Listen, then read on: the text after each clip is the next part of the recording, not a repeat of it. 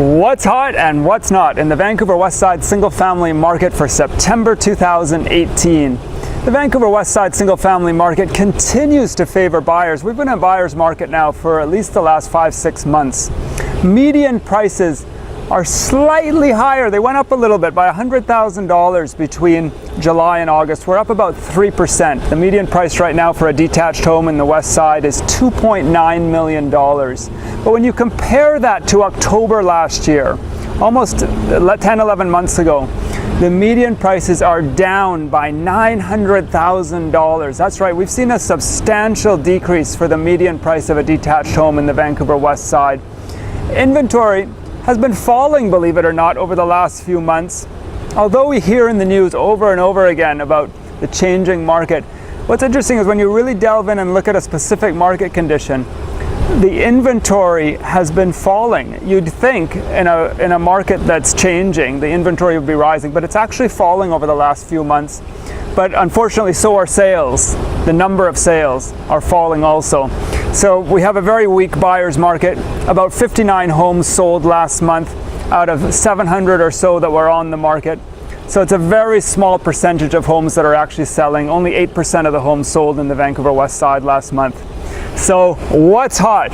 Well, only one neighborhood. That's right, one neighborhood in the entire West Side is favoring sellers right now, and that neighborhood is Kitsilano. I actually have a special report which I'll link to above on the Kitsilano market. That is the only neighborhood that is strong right now and favoring sellers.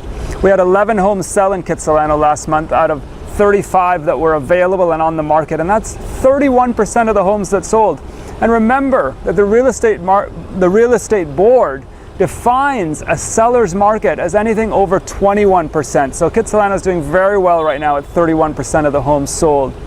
The price point that's doing well right now is anything under $2.75 million. The minute you jump over $2.75 million, the market changes. But anything under $2.75 million, about 25% of the homes are selling in that price range, under $2.75 million. So what's not hot? In other words, which areas should you buyers be looking at, and what price points should you buyers be looking at for the deals right now? Well, the real estate board defines a buyer's market when you have less than 14% of the homes selling. And in Shaughnessy, only one home sold out of 77 that were listed and available on the market in Shaughnessy. And that's where all the expensive homes are. Only one out of 77 sold, and that's 1%, approximately 1% of the homes in Shaughnessy sold, much lower than that 14% threshold for a buyer's market. Also very weak is South Granville.